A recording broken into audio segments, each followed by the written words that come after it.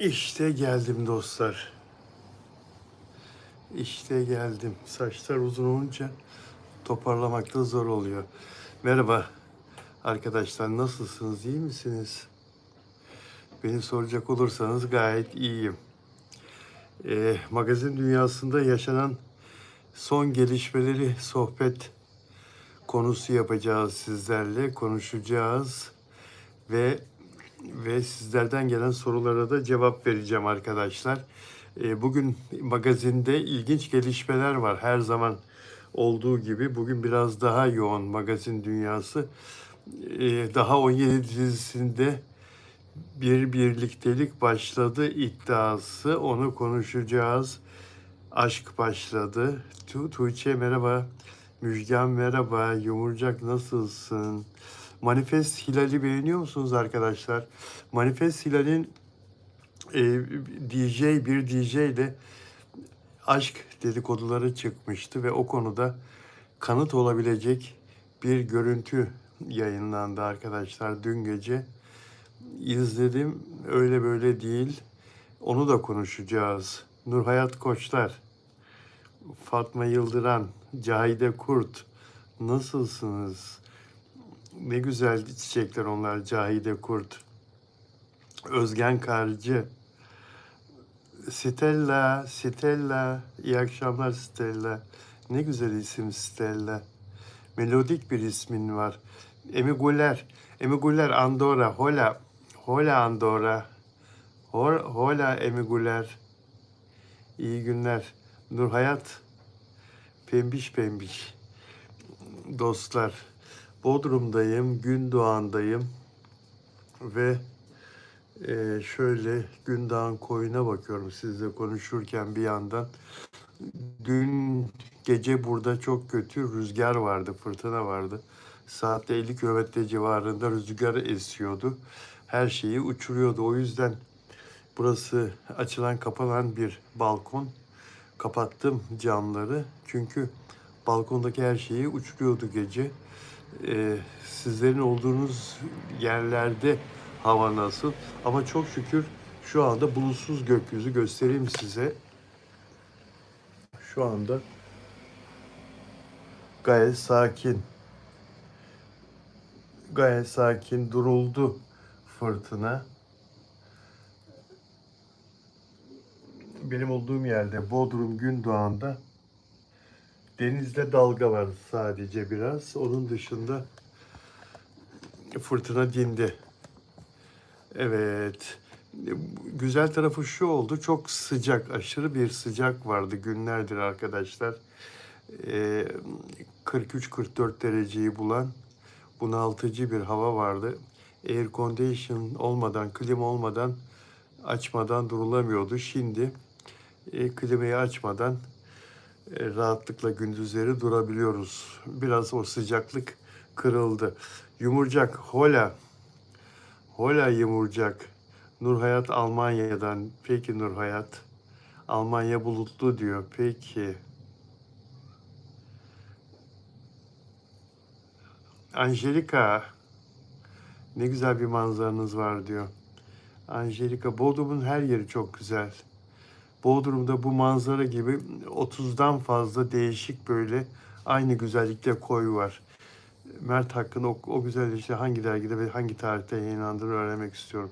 Bu bilgiyi paylaşıyoruz ve bunu sizinle de paylaşmak isterim. Mert hakkında o güzel eleştiri neydi o?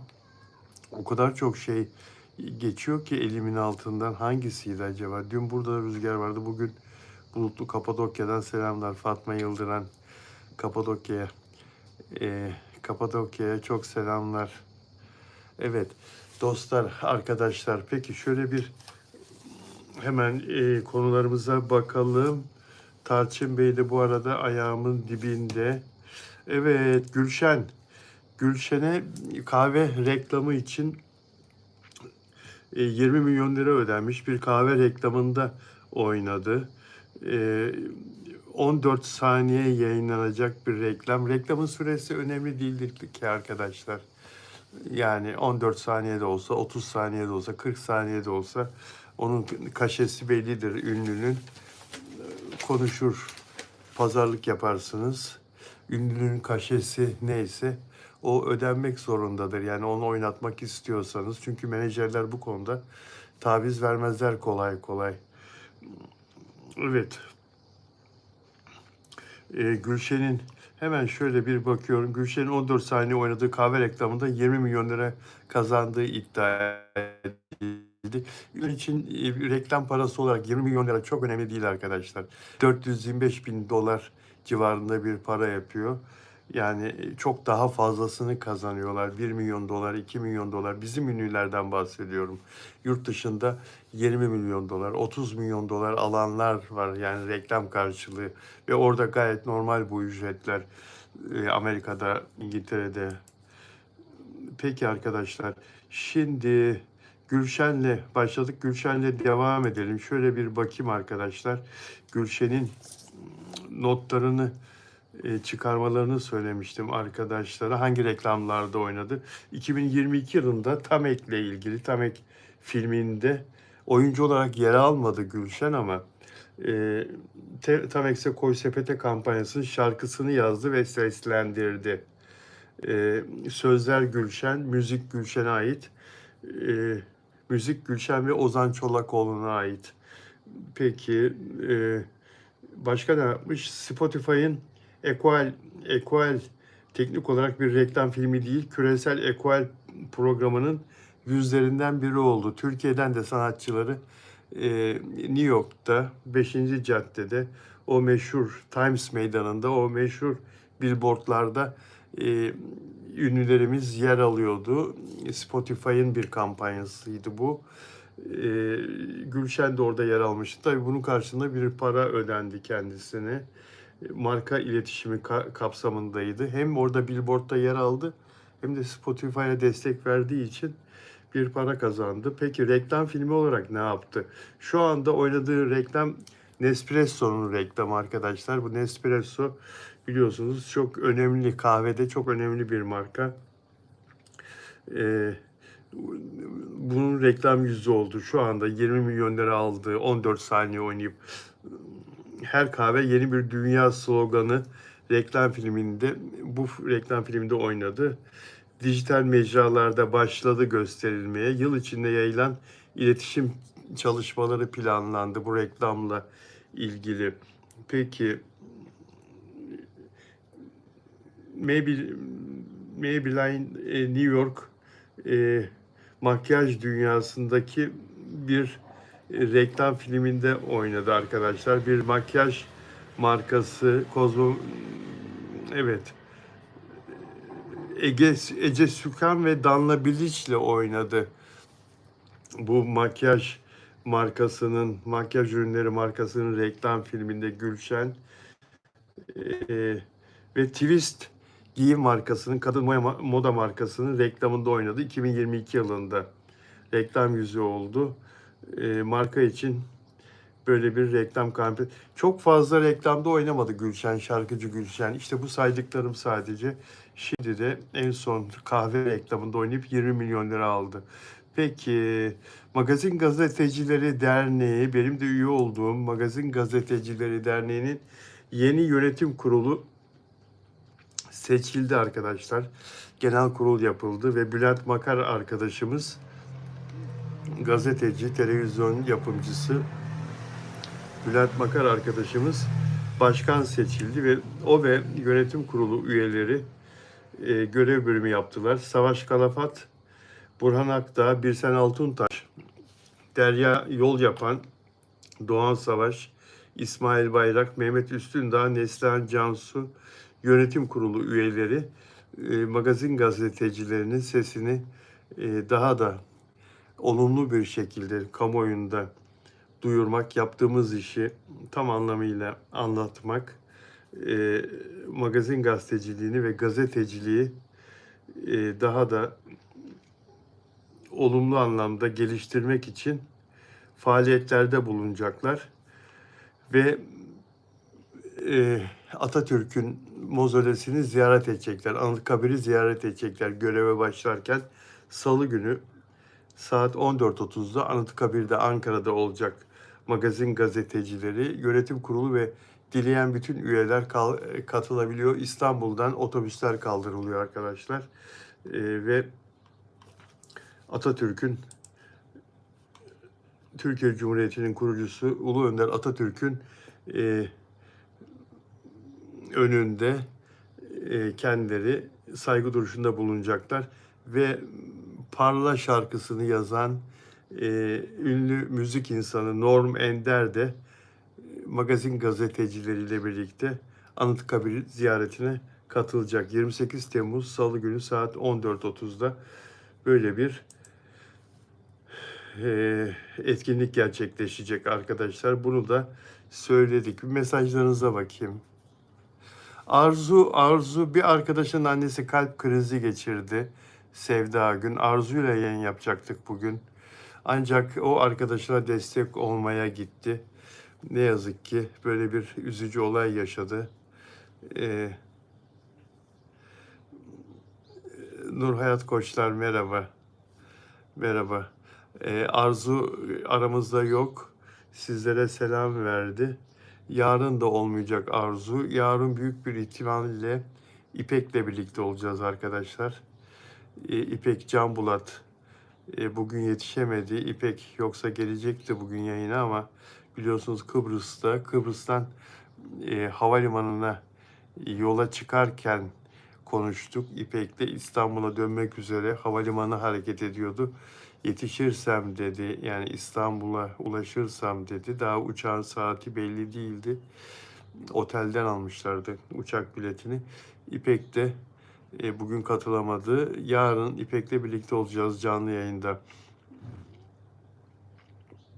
Selvi teşekkür ederim. Selvin işi sağlam. Teşekkür ederim moderatörüm. Selvin işi sağlam. Sağ ol. Sen nasılsın? İyi misin? Arkadaşlar vefat eden yok. Vefat eden yok. Arzu bugün niye yok diye sordular da Arzu'nun bir arkadaşının annesi kalp krizi geçirdi. Durumu şu anda iyi. Kadıncağızın iyi. Ama Arzu onun hastaneye kaldırılmasında öncülük ediyor. Arzu'nun bildiği bir hastaneye kaldırılıyor.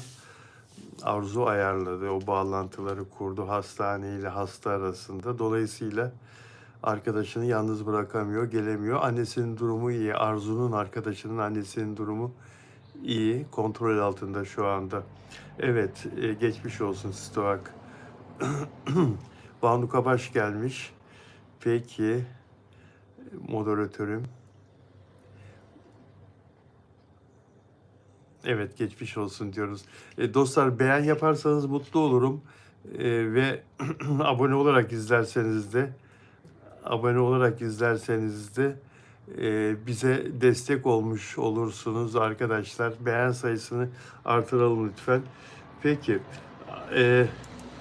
benim de çok sevdiğim, sizlerin de sevdiğine inandığım Ata Demirer, ünlü şovmen, komik adam, oyuncu Ata Demirer neden araba kullanmayı bilmediğini ve ehliyetinin olmadığını, yani araba kullanmayı bilmeyen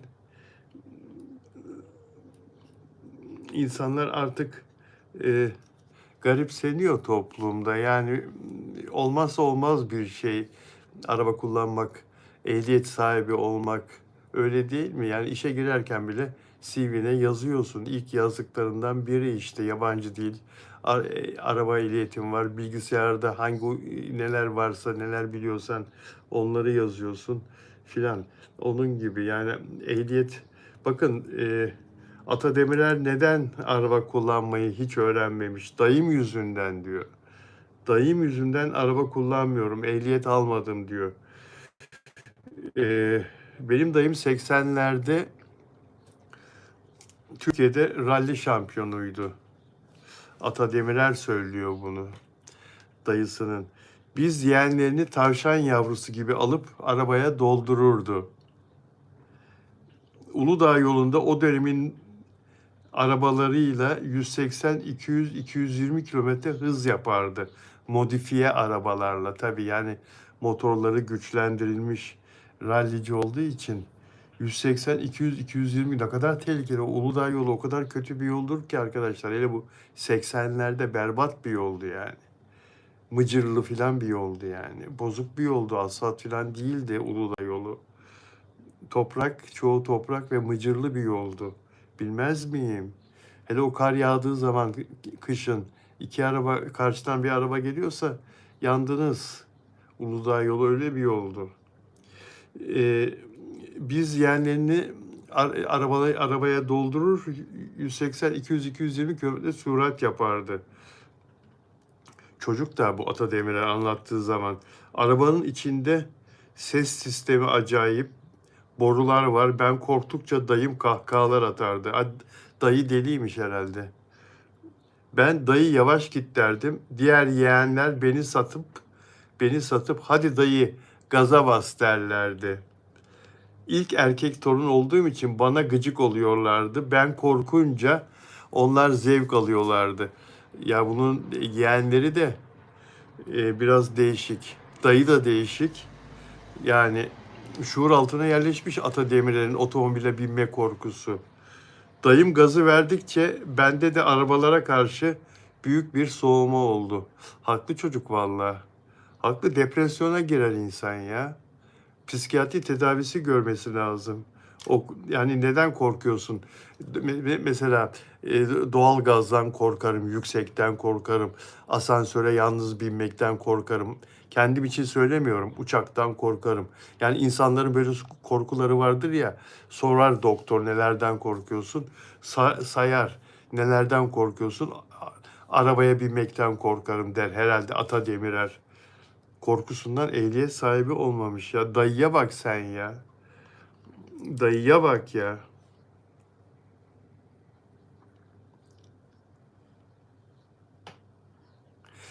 Yeni diziler geliyor, Mert yine yok aralarında diyor Ay Yıldız. Ay Yıldız, Mert geleceği döneceği zamanı bilir. Ruksara selam verdi. Ruksara nasılsın? İyi misin? Nerelerdesin? Ay Yıldız diyor ki ben yüksekten ve köpekten korkarım diyor. Afra acılama yapmadığına göre kabul ediyor. Her yerde sevgilisi deniyor. Açıklama yapmadığına göre diyor Sevda Gün. Her yerde sevgilisi deniyor diyor. Evet, Afra kabul ediyor. Ben de korkarım, kaza geçiririm, hala atlatamadım kaç senedir diyor. Nurhayat çok geçmiş olsun, çok. Ben de kaza geçirdim. Araba kazası ben de geçirdim ve çok önemli bir kaza geçirdim. Bana hiçbir şey olmadı, Allah korudu. Ne zamandı? Marmaris'te, sene 1986. Marmaris Festivali vardı eskiden. Yazın düzenlenirdi. Ünlü sanatçılar katılırdı ve biz gazeteciler de onların haberlerini yapmaya giderdik. Sabahlara kadar çalışırdık Marmaris Festivali'nde. Sabah 4'te falan biterdi konserler. Sonra işte çorbacılara falan giderdik. Deniz kenarında bir yerlerde sohbet ederdik. Çorba içerdik, çay içerdik. Sanatçılardan bazıları, biz gazeteciler falan. Sonra 5-6 olunca da otele uyumaya giderdik. Öğlen saatlerine kadar uyurduk Marmaris Festivali'nde. Bir sabah yine öyle saat 5 gibi artık arkadaşlardan ayrıldım. Bütün gece sabaha kadar çalışmışız festivalde, konserleri çekmişiz. Marmaris'te amfitiyatroda konser. Ondan sonra kiralık araba ben kullanıyorum. Tek başımayım ve otele gidiyorum. Marmaris'in merkezinde otel. 86 mı 87 mi? 1986 ya da 87. Ben normal bir şekilde gidiyorum. Bende hiç alkol falan yok. Karşıdan gelen araba bir baktım benim şeridime girmiş geliyor virajda. Karşıda viraj var. Virajdan böyle geliyor ama benim şeridime girmiş geliyor. Bana doğru geliyor. Tam benim şeridime göre. Baktım çarpışacağız. Yani ben 80 falan gidiyorum. Onun sürati de 110 falan ama böyle döndürerek, lastikleri öttürerek dönüyor. Ondan sonra çarpışacağımızı anladığım zaman kendimi yan koltuğa attım. Çarpışmaktan başka baktım çarpışacağız. Yan koltuğa attım ve elimi şöyle kafamın üzerine kafam tavana çarptı ama ellerim korudu. Ondan sonra böyle birkaç saniye sessizlik, büyük bir gürültü, sessizlik. Baktım karşı arabaya, sonra kafamı kaldırıp kendime baktım. Ayağımda biraz bir ağrı gibi bir şey var, çıkık gibi bir şey var. Ondan sonra karşıya baktım, iki kişi var arabanın önünde oturuyor, ikisi de kan revan içinde. İndim arabadan, şoktayım ama, şok. O şoku yaşayanlar bilir, kaza geçirenler bilir. Ayağımı basıyorum, evet basıyorum. Tamam bastım ayağımı, evet basıyorum. İyiyim, bir şeyim yok, iyiyim. Kendime de telkin ediyorum. O ayağımdaki kısa süre, çok kısa sürdü o ayağımda yaşadığım değişik bir şey. Neyse, vücuduma bakıyorum, çok iyiyim, hiçbir şeyim yok. Hemen karşı arabaya koştum. İnsanları çıkardım, sağdan soldan da birkaç kişi geldi. Çok erken saat, kimse de yok çevrede fazla. Ondan sonra onları yolda duran arabalara bindirdik. Hastaneye gönderdik. Onlarda da çok fazla bir şey yokmuş. Hayati bir sorun yokmuş. Fakat bir otelin arabası. Orada hep otel var. Bir sürü tatil köyü otel var. Otelin arabası. Kullanan da otelin şoförlerinden biri. Servis yapmış. Gece çalışanları evlerine bırakıyor işte. 2-3 kişiyi evine bırakmış. Ama alkollü sürücü. Çok alkollü. Geldi bana çarptı aptal adam. Ondan sonra benim arabanın önü pert, karşı taraf paramparça. Ben hastaneye gitmeyi kabul etmedim, bir şeyim yok dedim. Yani gencizdi o zaman zaten. Bugün olsa giderim. Yine bir şey olmasa da giderim. Karşı taraf hastanedeydi zaten. Bugün olsa giderim. Evet, iç kanama olur bilemezsin. Ama o zaman gencim, çok gencim. Bir şey yok. Bir an evvel otele gidip uyumak istiyorum. Bırakırlar mı? Alkol muayenesine gittik. Alkolümüzdiğimiz polislerle. Ben temizim. Karşı taraf hastanede ölçmüşler alkollü. O gün öğleden sonra mahkeme oldu. İşte karşı taraf otel arabanın sahibi. Sigortayla anlaşacaklar. Benlik hiçbir şey yok. Benim arabam kiralık ve sigortalı. Öyle bir olay yaşamıştım. Ben Marmaris Festivali'nde görev yapmaya devam ettim. Yani o gün sonra otelde uyudum, gece kalktım. Yine başka bir araba kiralayıp işime devam ettim ama trafik kazası benim yaşadığım bu. Fakat o gün unutamıyorum, yeniden doğdum dedim o günü. Yeniden doğdum dedim. O arabadan, o kazadan sağ çıktığım için. Kemerim takılıydı ve kendimi yana attım. Şöyle elimi başımın üzerine koydum. Ee, Yani cama fırlamadım o sayede. Böyle bir olay kötüdür. Ramazan, ne güzel çiçekler. Ne güzel çiçekler. Dostlar, peki Afra Saraçoğlu ile ilgili hiçbir açıklama yok. Afra Saraçoğlu'ndan kaynaklanan hiçbir şudur budur. Biz sadece arkadaşız, köpeğimi gezdiriyorduk ya da tesadüfen karşılaştık. O beyefendiyi hiç tanımam olabilir ya. Hiç böyle şeyler yok, hiçbir açıklama yok. Yani ilişkinin gerçek olduğunu üzülerek söylüyorum. İlişkinin gerçek olduğunu doğrulayan bir başka kanıt. Demin Stone'un söylediği gibi. Stone sen mi söylemiştin? Canım çok geçmiş olsun ya. Araba pert her yerden sıvılar aka diyor. Sto canım olmuyor. Peki. Banu Kavaş. Yani Afra Saraçoğlu evet.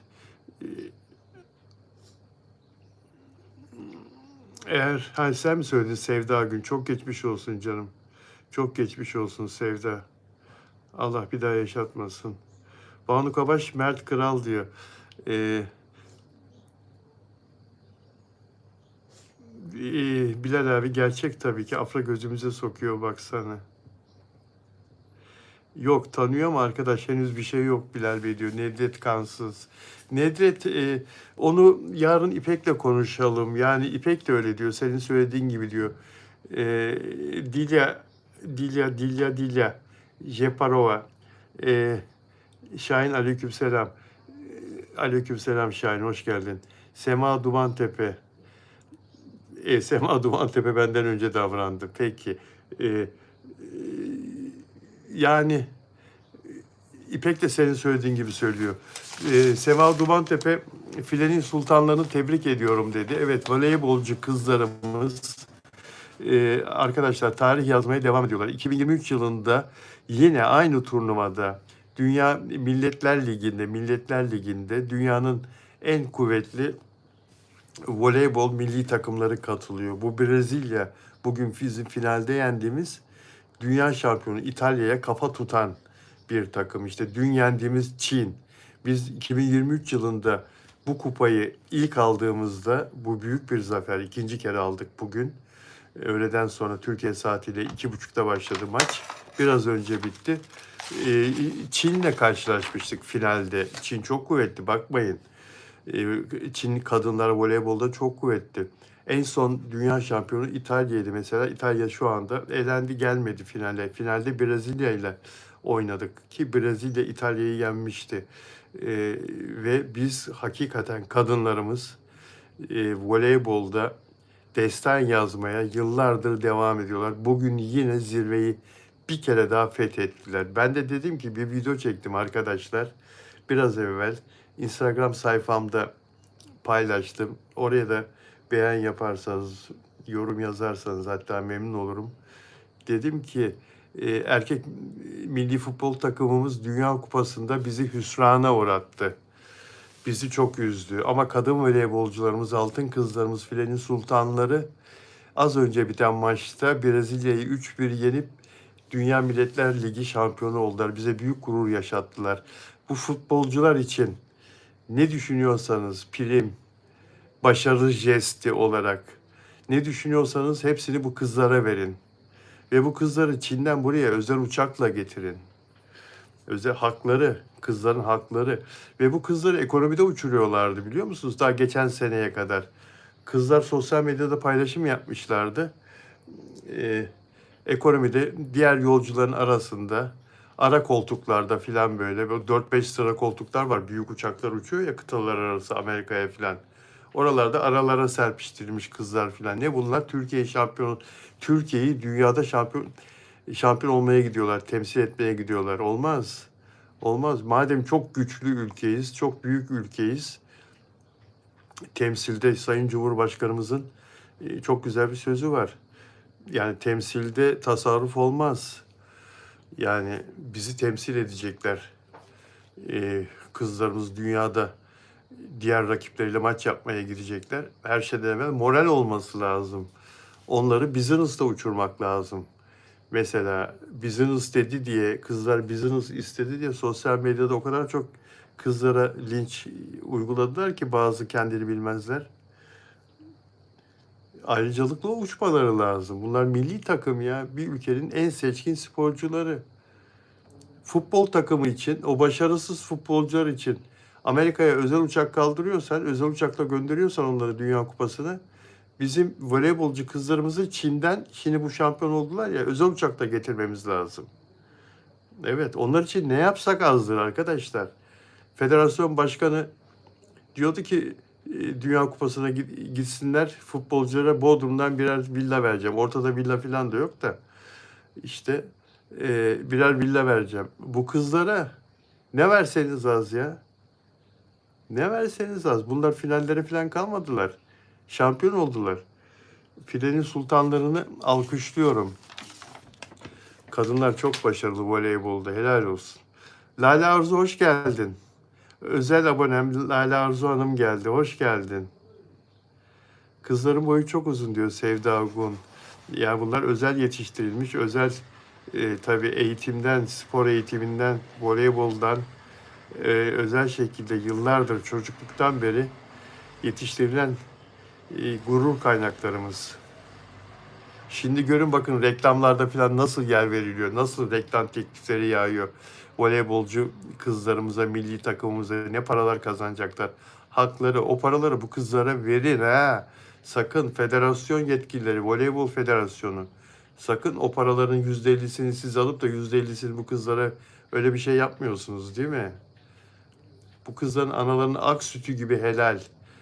Reklamlarda falan oynadıkları zaman bütün kazanç onların olsun. Ve tebrik ediyorum sizi federasyon yetkilileri. Böyle güzel bir milli takımı kurup desteklediğiniz için yıllardır. Helal olsun. Yeni bağlanan dostlar için söylüyorum. Türkiye'nin gururu altın kızlarımız, filenin sultanları, kadın voleybolcularımız Brezilya'yı finalde 3-1 yenip dünya şampiyonu oldular. Milletler Ligi adı, Milletler Ligi şampiyonu oldular. Lydia hoş geldin Lydia. Fransa'dan Lydia geldi. Lydia, bonjour Lydia. Lale Harzu Hanım merhaba diyor. Merhaba.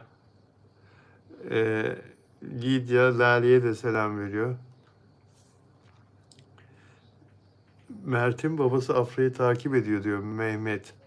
Evet. Nurhayat Hanım, Banucu merhaba. Kızlarımızı tebrik ediyoruz Lale Arzu.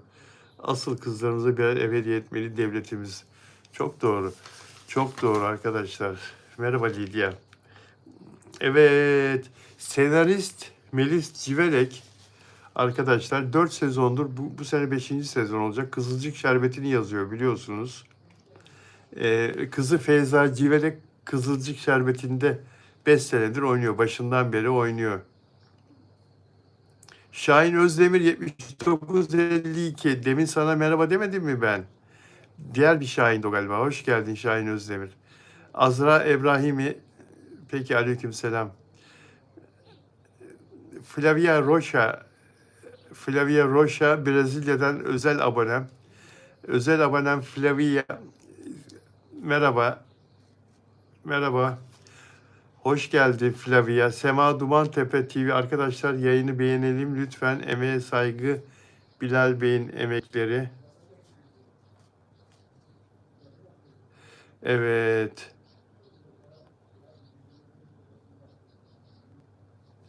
Sema Dumantepe seni moderatör olarak ekliyorum. Olur mu canım? Sema Dumantepe moderatör olarak ekledim seni. Sema. Moderatör arkadaşlar olmadığı zaman da çok güzel destek oluyorsun bana. Yardımcı oluyorsun. Çok teşekkür ederim. Moderatör arkadaşlar bazen işleri gereği yayında olmayabiliyorlar. Bazen biri oluyor, diğeri olmuyor. Biz 4 moderatörle çalışıyorduk aslında ama uzun zamandır 3 kişiyiz moderatör olarak. Sema, eğer sence de uygunsa seni moderatör olarak ekledim kardeşim.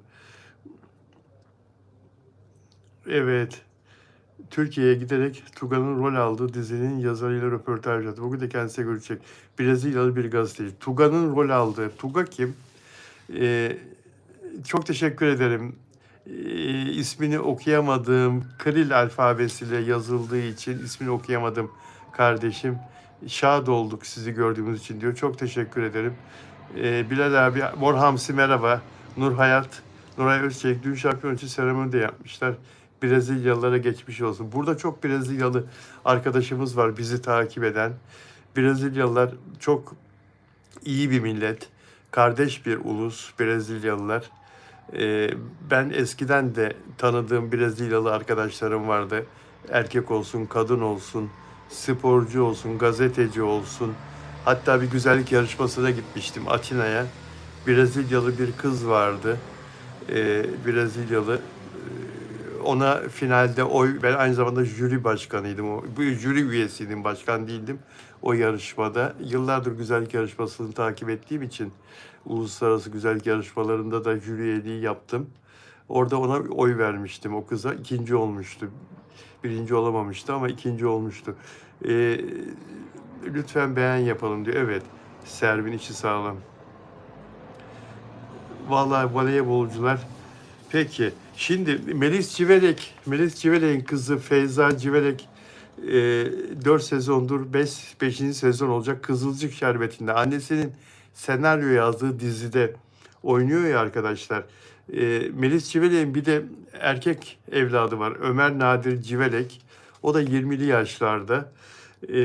Daha önce Sandık Kokusu dizisinde oynamıştı. Annesi o dizinin senaryosunu yazıyordu. Apartman görevlisinin oğlu Ömer'i canlandırmıştı Sandık Kokusu'nda. Şimdi annesi Nov TV'de bir dizi yazıyor arkadaşlar. Annesi yazmaya başladı ve oğlu bu dizide Anne Yarısı dizisi bu dizide rol alacak. Yani Melis Civelek'in senaryo yazdığı dizilerde hem oğlu oynuyor hem kızı oynuyor. Şimdi size sormak istiyorum. Bu arada Melis Civelek e, Kızılcık Şerbeti'nde yazmaya devam edecek. İki senaristler zaten. Zeynep Hanım da çok başarılı. Zeynep Hanım diğer senarist. O da çok iyi bir senarist. Anne Yarısı'nı da yazıyor Melis Civelek bu sezon. Size sormak istiyorum arkadaşlar. Siz olsanız işte oğlunuzu, kızınızı senaryosunu yazdığınız dizilerde oyuncu olarak oynatır mısınız? Böyle bir torpil yapar mısınız? Yani bu doğru mu, değil mi? Bunu size sormak istiyorum. Feyza Civelek çok eleştiriliyor biliyorsunuz. Yani iyi oyuncu mu değil mi bu işte ortada, bana sorarsanız ortada. Ama özel yaşantısından dolayı, nedir o? Yasaklı maddeyle çok içli dışlı olmasından dolayı. Mesela bu kızın bu dizide ne işi var? Çıkarılsın diziden deniliyor ama çıkarılmıyor. E, Brezilya'ya yayınlanan bir eleştiride Mert'in performansı büyük övgü aldı diyor Flavia Rocha. Afra da öyle. Oyunculuklarının takdir edilmesinden mutluluk duyuyorum. Flavia Rocha, Brezilya'dan özel abonem. Flavia, bu bilgi için çok teşekkür ediyorum. Mert Ramazan Demir yeni yayınlanan bir eleştiride Brezilya'da çok övgü aldı. Biraz sonra konuşacağız. Biraz sonra o konuyu konuşacağız. Bilal abi, Mert Ramazan Demir'le Afra çok yakışıyorlar birbirine. Hem de ikisi de çok güzeldir diyor. Kril alfabesiyle yazan kardeşim. Kril alfabesiyle ismi yazan kardeşim. Nuray Özçelik, yetenekliyse başka filmlerde kendi emeğiyle rol kapsın. Evet, sorduğum soruya Nuray Özçelik ilk cevabı veriyor. Bir senarist annenin çocuklarının senaryosunu yazdığı dizide oynaması, oynatması, torpil yaparak oynatması doğru mu değil mi?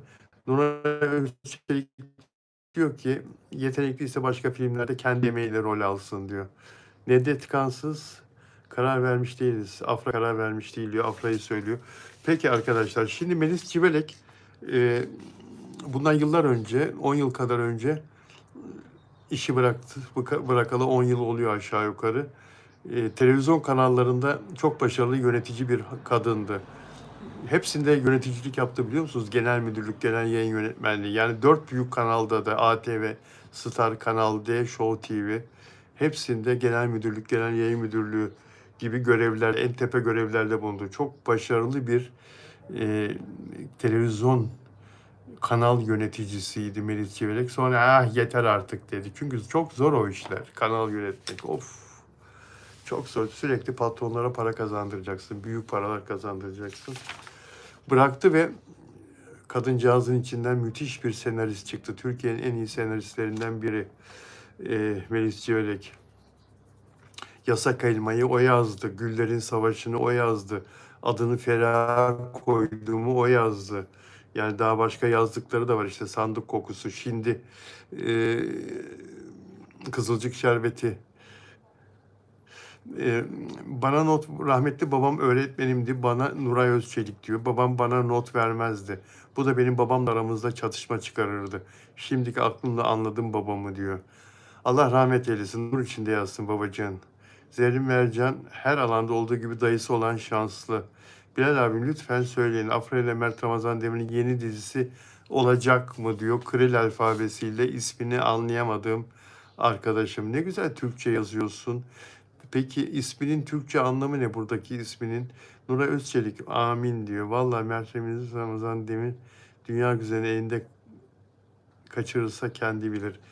Yani ya bana sorarsanız arkadaşlar, annenin kartal bile yavrusunu önce uçması için bir destek olur, uçurur, sonra kendi haline bırakır. Hep anneler öyledir biliyorsunuz. İşte at yavrusu doğar doğmaz düşer, burnuyla şöyle kaldırır, yürümesi için destek olur. Atın yavrusu da doğar doğmaz yürümeye başlar ama anne bir destek olur ona. Yani ilk başta anne desteği evet çok önemli, yani tamam, annedir ya. Annedir, evlattır. Sizler de annesiniz. Çoğunuz, bir kısmınız babasınız, bir kısmınız Yani evlada destek olunur zaten yapamaz içi içini yer kadının. Ama demin yazan arkadaşıma katılıyorum. Sonra kendi ayakları üzerinde durması lazım. Yarın bir gün anne olmayabilir yani. Hepimiz gideceğiz. Kimse bu dünyaya kök dikmeyecek. Kendi ayakları üzerine durması lazım insanın. Kendi çabasıyla iş bulabilmesi, kendini kabul ettirmesi lazım sektöre. O yüzden çok fazla Melis Civele'ye olumsuz eleştiremiyorum ama bunun bir ölçüsü olması lazım. Feyza Civelek o ölçüyü geçirmiş. 5. seneye giriyor. Kızılcık Şerbeti'nde bir sürü eleştiri var. Bir sürü eleştiri var. Feyza Civelek'in Sema Dumantepe, yani rica ederim. Feyza Civelek'in annesine laf getirmemek için, annesine eleştiri getirmemek için, çünkü annesinin de bir televizyon dünyasında, dizi dünyasında bir ismi, bir karizması, bir kimliği, bir gururu var. Bırakması lazım diziyi. Bu kadar eleştiriden sonra kendisinin bırakması lazım. Temizlenmesi lazım. Yasaklı maddeden vücudunun temizlemesi, tedavi görmesi lazım. Ondan sonra yine annesi destek olabilir ya da kendi çabasıyla bir iş bulup yol yürüyebilir ama şu anda bırakması lazım diye düşünüyorum. Benim fikrim bu. Bu Melis Civelek'e saygısızlık anlamı taşımıyor bu söylediğim. Bilakis Melis Civelek'i toplumda hesap verir durumdan kurtarmak için, hedef olmaktan kurtarmak için söylüyorum bunu. Neyse geçelim.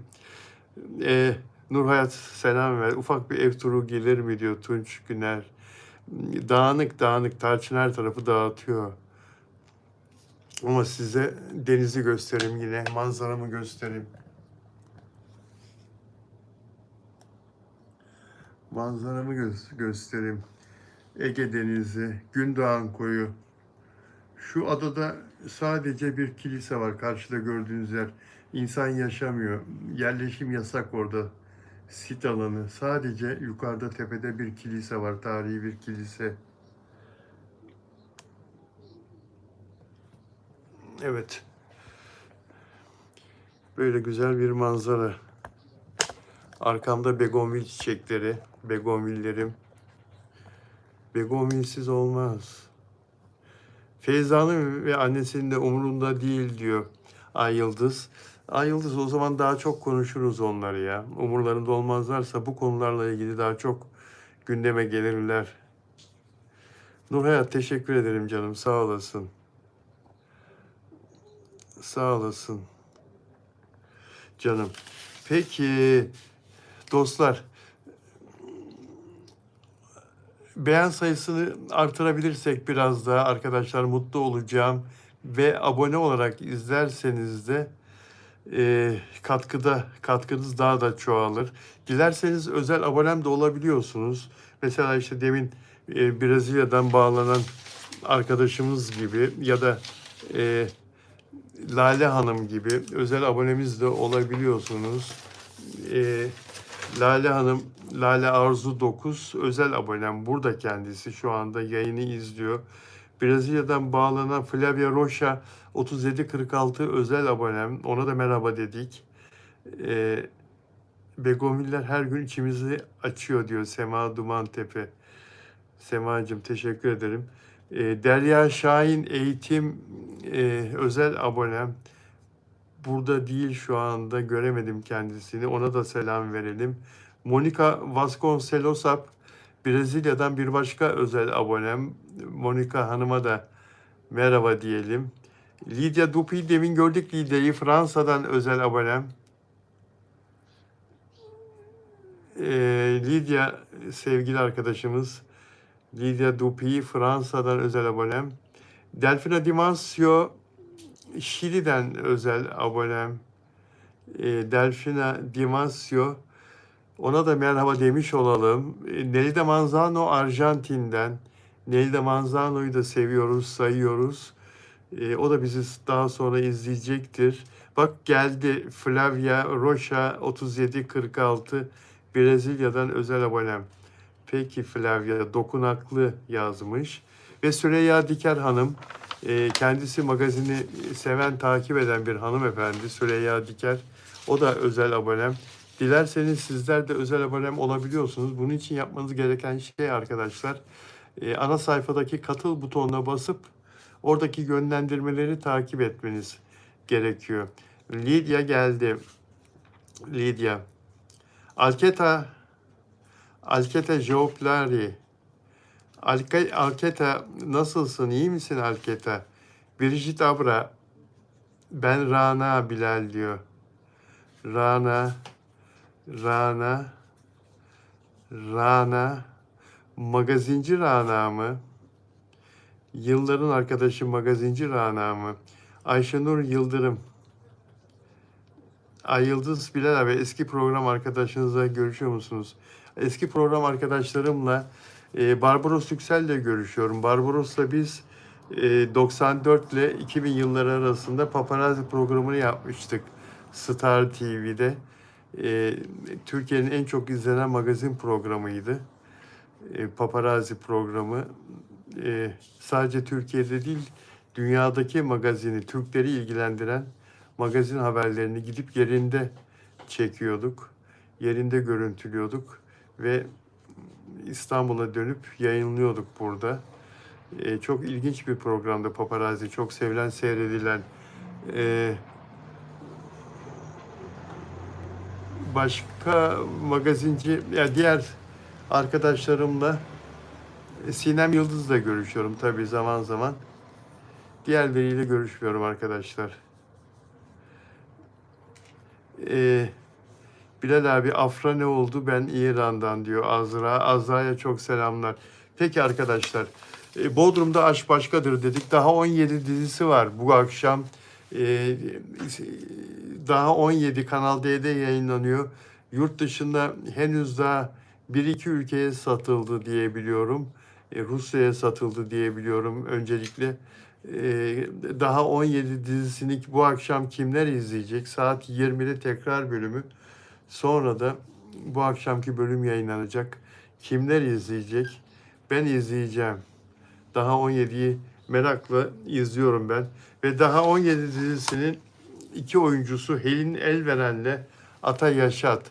Dizide Helin Elveren Deniz karakterinde, Ata Yaşat da Aras'a kök söktüren Teoman karakterinde ve Helin Elveren'le Ata Yaşat'ın özel hayatlarında sevgili oldukları iddia ediliyor arkadaşlar. Hep beraber vakit geçiriyorlar, biliyor musunuz? Akşam yemek yiyorlar mesela birlikte. Ertesi gün yine birlikte oluyorlar, buluşuyorlar. Yine buluşuyorlar, yine beraber. Ertesi gün de tatilse, repoysa birlikte vakit geçiriyorlar. Değilse, settelerse çekim aralarında, sahne aralarında yine baş başa konuşuyorlar, görüşüyorlar.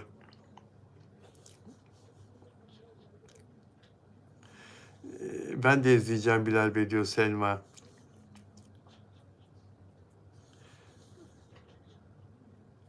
Evet, evim, benim kendi evim. Kendi evim. Bilal abim, siz ne güzel manzaralı, güllü çiçekli. Canım benim, Allah herkese versin. Allah herkese versin. Olan da kıymetini bilsin. Allah herkesin malını, mülkünü, evladını, ailesini korusun, kollasın. Çok önemli arkadaşlar. Çok önemli. Bol bol dua edelim. Bol bol iyilik yapalım. Yaz aşkı Bilal abi. Onlar genç kanları deli akıyor diyor Ay Yıldız. Evet. Peki şimdi arkadaşlar. Şimdi bu konuda bir şey söyleyecektim. Hemen bakıyorum. Evet, onlar Helin Elveren de çok iyi bir oyuncu arkadaşlar. Çok gencecik bir kız ya. 2002 doğumlu, 24 yaşında. Çankaya Üniversitesi Bilgisayar Mühendisliği bölümünde devam ediyor eğitimine. Aman sakın bırakma. Üniversiteyi bitir ya. Bilgisayar mühendisliğini, bir diploma olsun. Sadakatsız dizisinde yan rolde oynamış Burada da yan rolde ama burada başrol gibi etkili yazılıyor senaryosu. Çünkü kızın oyunculuğu çok güzel. Helen Elveren'in çok güzel oynuyor. Yani hakkını verdiği için senariste yazdıkça yazıyor. Yönetmen çok memnun. Senariste yaz diyor ya, bu kız döktürüyor diyor. Döktürenler Ceren Aykut değil mi? Ceren. E, Ondan sonra Aras karakterini oynayan arkadaş. Bu Ata Yaşat. Çok başarılılar. O gözlüklü hafif toplu çocuk. O da çok başarılı. İşte o daha yan rolde. O da şeye yangın. Deniz'e yangın değil mi? Deniz karakterini Helen Elveren'e yangın. Dizideki karakter olarak söylüyorum. E, evet, bu dizide Teoman karakteri Ata Yaşat'ı biliyoruz zaten. Ata Yaşat. Ata Yaşat da bilgisayar mühendisliğinde değil mi?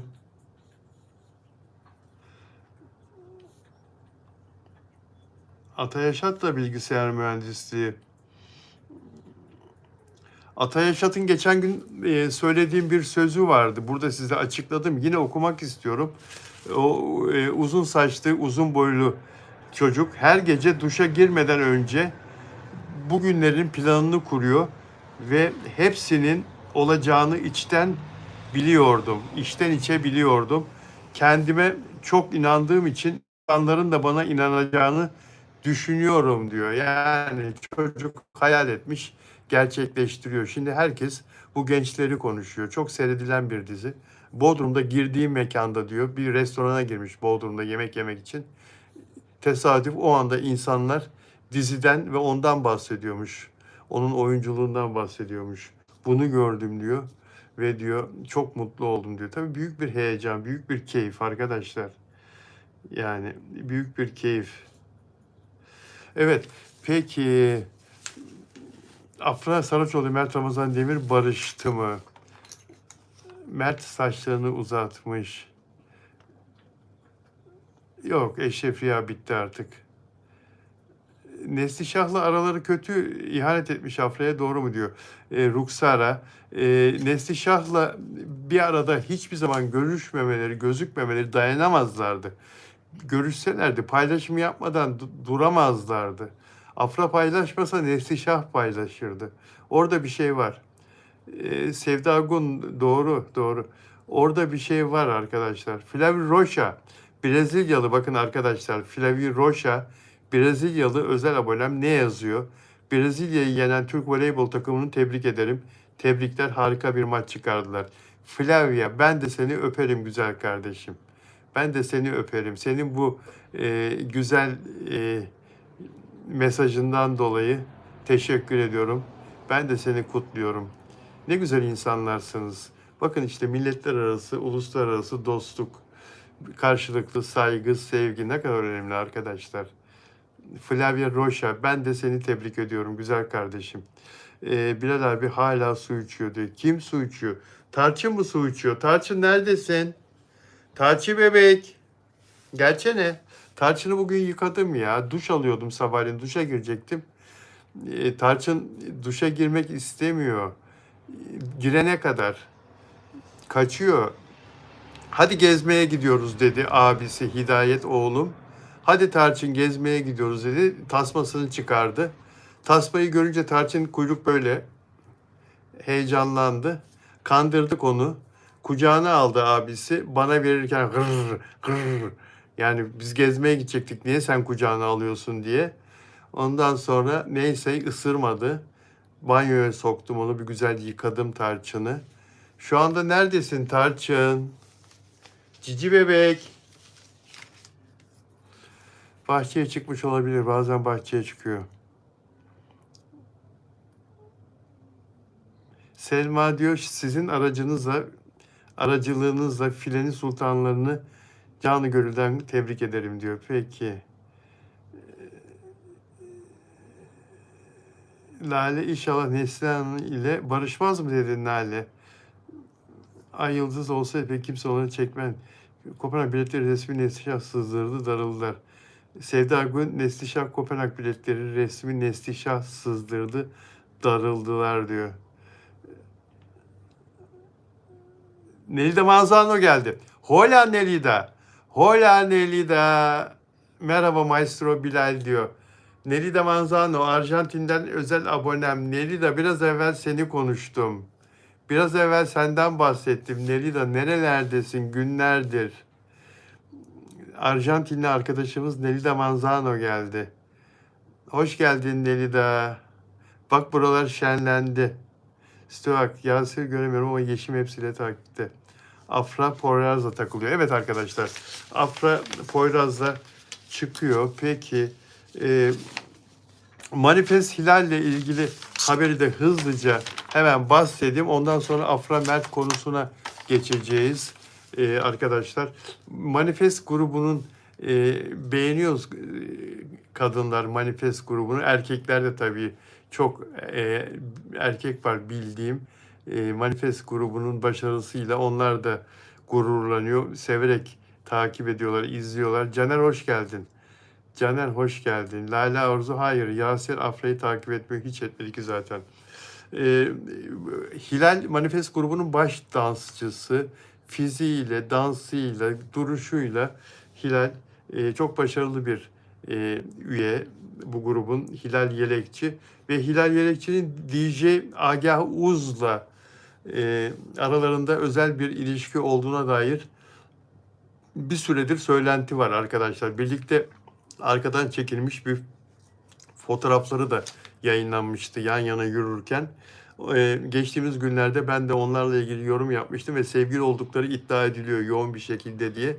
Dün gece ikisinin beraber bir mekanda kalabalık bir ortamda birbirlerine sarılırken bir videoları düştü sosyal medyaya. Biraz karanlık bir video falan ama o sarılmayla falan ilgili bakınca aralarında özel bir muhabbet olduğu belli arkadaşlar. Ve sosyal medyada onların sevgili olduğu işte belgelendi, ilişki belgelendi diye o videodan sonra ilişki belgelendi diye paylaşımlar yapılıyor. Manifest kızları tüm ünlüler gibi onlar da artık ünlü oldu. Özel ilişkilerini gizlemek istiyorlar. Kiminle birlikte olduklarını, sevgilileri var mı yok mu bunları hiç konuşmak istemiyorlar. Zaten sorularda da röportajlarda da peşin peşin tembihliyor menajerleri, basın temsilcileri, gazetecilere. Aşk sormak yok, erkekleri sormak yok, evlilik sormak yok. Kızlara da hiç bu konulara girmeyin.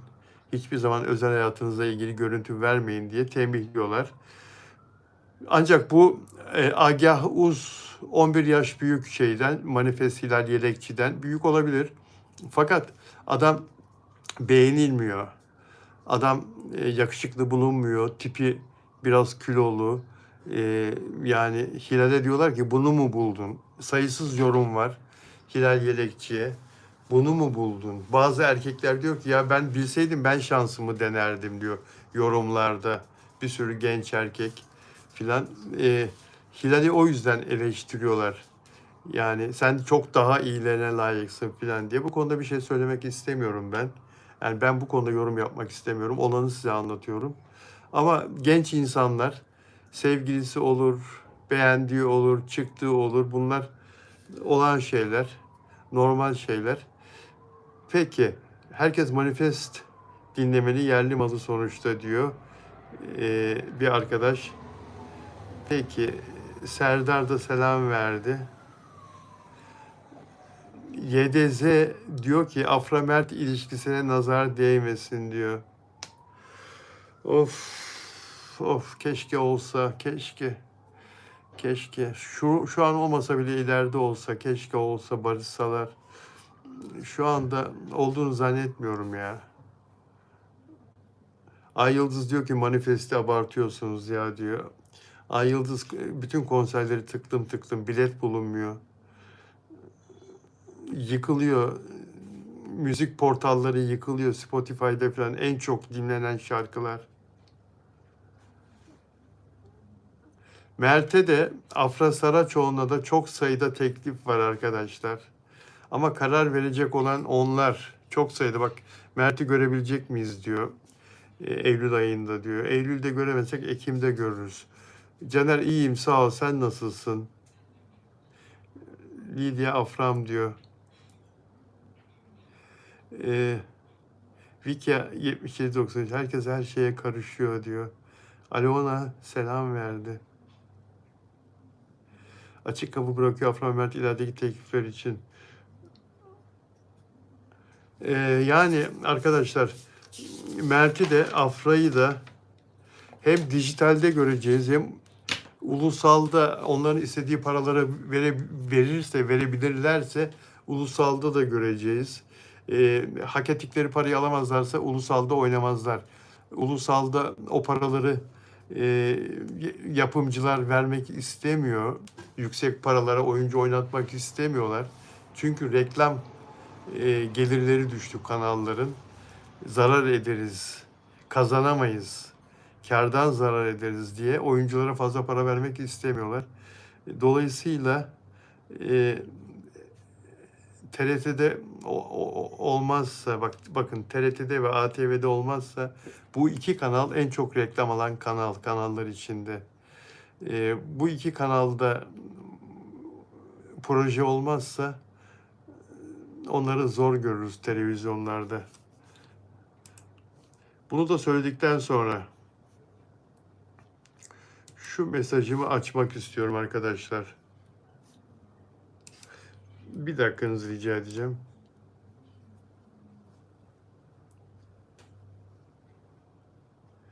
Evet. Şimdi bakın burada antiler hiçbir zaman Afra'ya ve Mert'e yalan yanlış şeyler yazmaktan geri durmuyorlar. Şimdi okuyacağım Afra Saraçoğlu'na bir saldırı sosyal medyada. Onun için bunu kesip almışım ama öncelikle arkadaşlar beğen yaparsanız, bizi abone olarak izlerseniz, yani gerçekten takipçim olarak izlerseniz çok mutlu olurum. Bana da daha çok çalışma şevki gelir. Sizler beni takip ederseniz, benim takipçi sayım yükselirse ben bu verdiğim emeğin boşa gitmediğini görürüm ve daha çok şevkle çalışırım. Anlatabiliyor muyum? Empati hayatta her zaman insanlık için çok önemli bir konudur. Her zaman, her koşulda karşınızdaki insanın ne demek istediğini, karşınızdaki insan haklı mı haksız mı, onun da bir hakkı olabileceğini düşünerek lütfen siz de eğer magazinden hoşlanıyorsanız şu benim yaptığım yayından daha iyisini bulamazsınız. Magazin anlamında YouTube'da her gün 1 saat, haftada 7 gün gerçek bir gazeteciden, 50 yıldır magazin gazeteciliği yapılan bir insandan yayın izliyorsunuz. Magazin konularını izliyorsunuz. Var gençler, çeşitli gençler, hevesli gençler bu işi yapmaya kalkan ama onları tavsiye etmiyorum size. Her neyse. Onun için abone olarak izlerseniz desteğiniz çok önemli. Şimdi diyor ki burada bu haber, bu sosyal medya hesabı. Başka hangi oyuncu erkek arkadaşıyla sıradan bir yürüyüşte birlikte görünmeleri için tüm dergilere para ödüyor? Saçmalamışsın kardeşim. Sister Soul NN hesabı, Good F Nisbek hesabı daha doğrusu, saçmalamışsın. Burada diyor ki Afra Saraçoğlu para ödedi. Erkek arkadaşıyla yürürken görüntülenmek için tüm dergilere para ödedi. Bir kere tüm dergiler falan çekmedi orayı. Dergi mi kaldı Türkiye'de? Dergi sektörü battı zaten. Bir iki tane dergi var, aylık dergiler. Onlar da mücevher firmalarıyla, işte moda markalarıyla, uluslararası zincirlerle işbirliği yaparak ayakta durabiliyorlar. Ünlüleri kapak yapıp çok büyük paralar alıyorlar. Milyon liralar alıyorlar. O mücevher firmalarından, araba markalarından, BMW'den, Mercedes'ten filan. O dergiler de öyle ayakta duruyor. Diyor ki bu saçma hesap, başka hangi oyuncu erkek arkadaşıyla sıradan bir yürüyüşte birlikte görünmeleri için tüm dergilere para ödüyor? Ne kadar yalancısın. Miray Daner'i, Demet'i, 32 milyon takipçisi olan Hande'yi bunu yaparken görüyor musun? Ne kadar yalancısın. Zavallı Afra Saraçoğlu, PR'a çılgınca muhtaç ve Mert'i Poyraz'la değiştirmeye çalışıyor.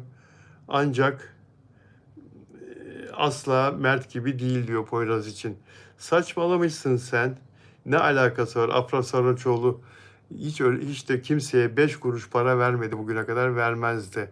Paraları ödeyenler bazı gazetecilere, bazı muhabirlere, bu konuda değil ama genelde yapımcılar kendi reklamlarını, PR'larını yapmaları için, kendi haberlerini yapmaları için zarf veriyorlar arkadaşlar. O paralar uzun beyaz zarflar içinde verilir ve veriliyor.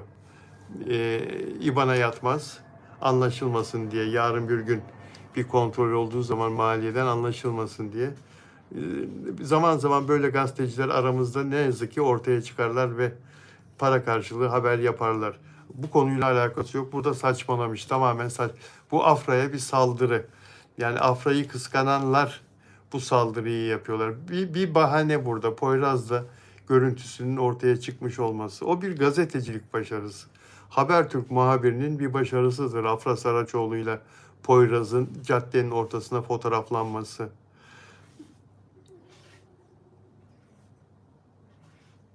Antiler çıldırmış canım. Antiler ölecekler Afra'yı kıskançlıktan. Ölecekler. Afra zaten böyle şeyler hiç umursamaz. Menajeri de umursamıyor. Ancak hakaret olursa, ancak küfür olursa bunu yapmaya kimsenin hakkı yok. Mesela ben de öyle bir tanesini şimdi avukatıma verdim dün. Bana hakaret eden birisini pazartesi günü savcılığa suç duyurusunda bulunacak.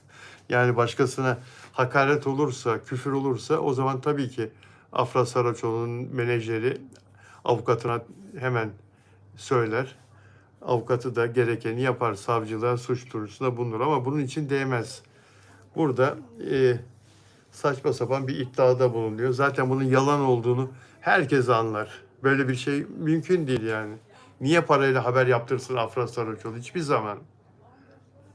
O seviyede bir oyuncunun böyle bir şeye ihtiyacı yok arkadaşlar. Ne Mert'in, ne Afra'nın, ne Hande'nin, ne Serenay Sarıkaya'nın, ne Pınar Deniz'in, ne Kıvanç Tatlıtuğ, ne Burak Özçivit parayla haber yaptıracak, ne Fahriye Evcen, işte ne Beren Saat, ne Çağatay Ulusoy, ne Demet Özdemir. Asla, asla bunları duyarsanız sakın inanmayın. Bunu söyleyenler yalancıdır. Miray, Tümay Hanım'ı bırakıp niye Miray'a yanaştı diye soran arkadaşım, sizler benden iyi biliyorsunuz. Sizler Mert'in daha eskisini bilenler, onun fanları, iyi fanları, Mert'i daha eskisini bilenler aranızda çok var. Yani Yalı Çapkını'ndaki daha önce o çıplak zamanı filan, öğretmenden de önce hatta. E, Miray'la o zamandan arkadaşmış. Arkadaş çevresindeymiş Miray. Tümay Özokur'la çalışırken Miray da arkadaş çevresinde. Zamanla Miray'la arasında nasıl bir iş konusunda nasıl bir görüşme geliştiyse, Miray ona geleceğe dair ne vaatlerde bulunduysa ve nasıl ikna ettiyse bilmiyorum. Onu kimse bilemez. Onların arasında olan bir şey. Tümay Özokur'la sözleşmesi bittiği zaman Tümay Özokur'la dostça ayrılıyorlar. Tümay da yani dünkü röportajında Mert'ten çok iyi bahsediyor. Yani öyle bir krizle falan ayrılmamışlar. Öyle bir şey yok. Asla yok. Öyle krizle ayrıldığı mesela Yağmur Tanrı Sevsin vardı.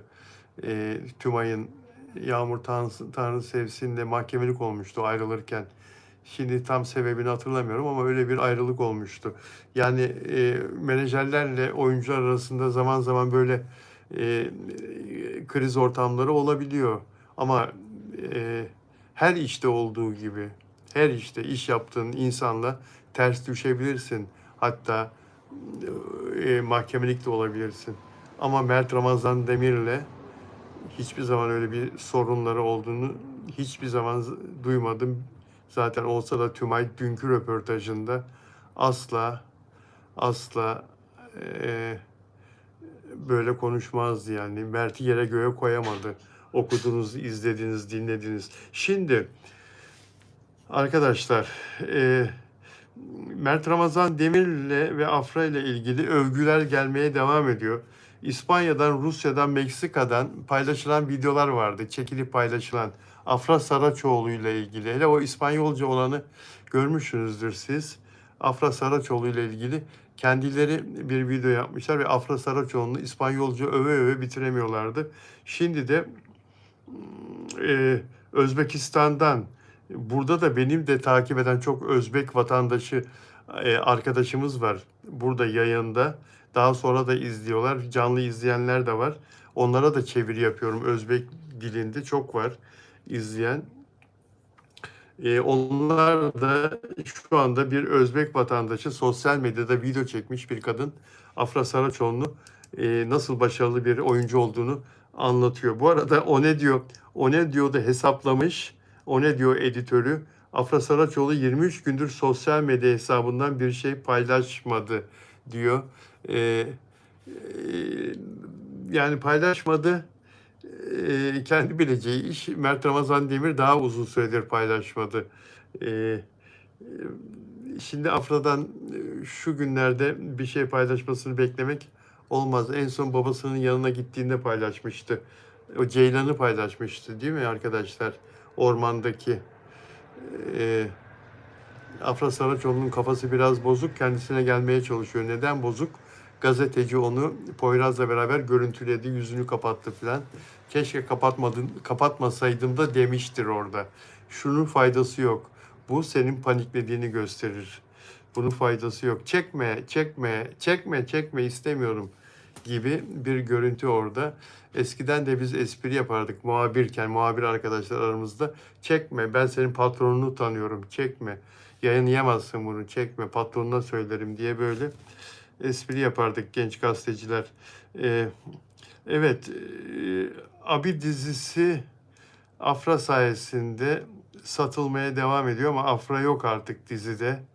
İran, Afganistan, Tacikistan'ı e, hepsinin ortak platformu.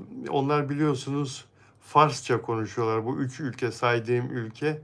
Farsça yayın yapan, dünyanın en büyük Farsça yayın yapan dijital platformu Gem TV, Abi dizisini satın almış. Olduğu kadarıyla Afra'yı izlersiniz. Ondan sonra bir sene izledikten sonra Afra Saraçoğlu yok. Bakalım ne yapacak şimdi Eylül'de? Kim gelecek o diziye? Afra Saraçoğlu'nun yerine çok fazla şans vermiyorum ben diziye. Arkadaşlar çok fazla şans vermiyorum. Afra varken bile son zamanlarında dizi aşağı doğru gitmişti. Reyting kaybediyordu. Çünkü senaryodan, Afra'da bir sorun yok. Senaryodan dolayı reyting kaybediyordu. Şöyle bir daha bakıyorum arkadaşlar. Evet. Bir de şu notlarıma da bir kere daha bakayım. Bu arada siz sorun lütfen. Bakacağım. Afra'yı ben Afra'ya niye kınıyorsun? Mutluluk diliyorum Poyraz'dan. Kınamıyorsun. Anladım. Sıla size selam verdi. Kadriye hoş geldin. Kerlin. Peki pardon. Mehmet Poyraz adresi acayip şey olacak. Affedersiniz acayip şekil. Ya Poyraz'la ilgili bazı fotoğraflar falan Afra'dan önce böyleydi diye kılık kıyafeti üzerinde dökülüyor falan çocuğun. Bazı garip arkadaşlarıyla. Afra'dan sonra da böyle giyimi falan daha düzgün. Saçı falan biraz daha güzel taranmış. Poyraz fotoğrafları görüyoruz. Afra Poyraz'ı biraz olumlu anlamda çok şey katmış Poyraz'a. Zagrak Semi peki İran'dan ha? İran'dan. Zagrak Semi internetiniz var öyle mi? Bak mutlu oldum. Savaştasınız ama internetten beni izleyebiliyorsunuz Zagrak Semi. Ama bazı geceler internetinizin kesildiğini duyuyorum. Olmadığını İran'da. O bombalardan filan. Elif Nur Çetin Mert'in yerini tutamaz Poyraz.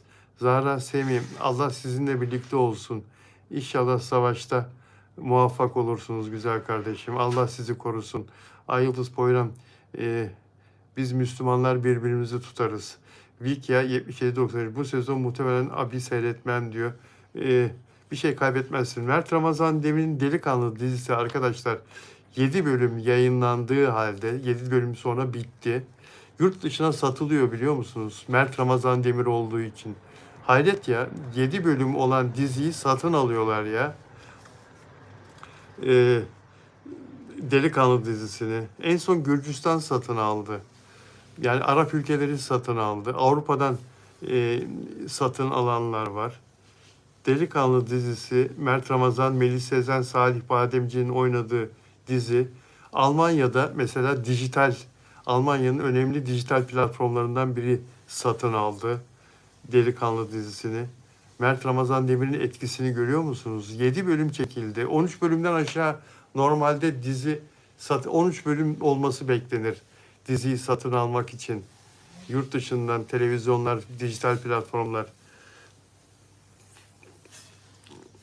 7 bölüm satın aldılar arkadaşlar. Bu arada bize bir şey olmaz da Fransa'da Allocine'de Dupuy bilir, Lydia bilir. Allocine'de bize bir şey olmaz. Herhalde bu Disney Plus'la beraber ortak Allocine. Orada gösterime girmiş. Mert Ramazan Demir ve Afra Saraçoğlu'na yurt dışından ilgiler çok fazla. Delikanlıyı seyredemiyorum. Sırf Mert var diye satılmıştır diyor Ay Yıldız. Evet, ben şimdi yapay zekadan film yapsam Lord of the Antep diye izler misiniz diyor. Hiçbir zaman Yalı Çapkını geçemez. Hala satın alınıyor. Yalı Çapkını geçemezler zaten canım. Kervin Aryarı 29 peki. Sevdi Ergun Kazakistan'da aldı diyor. Evet. Peki dostlar çok teşekkür ediyorum beni izlediğiniz için. 77 dakika oldu. Sağ olun, var olun arkadaşlar. Sizleri seviyorum. Yarın bir aksilik olmazsa İpek Canbulat döndü Kıbrıs'tan. Dönecek bu akşam Kıbrıs'tan. Yarın birlikte yayın yapacağız İpek Canbulat'ta. Yarın pazartesi saat 18'de sizlerle birlikte olacağız.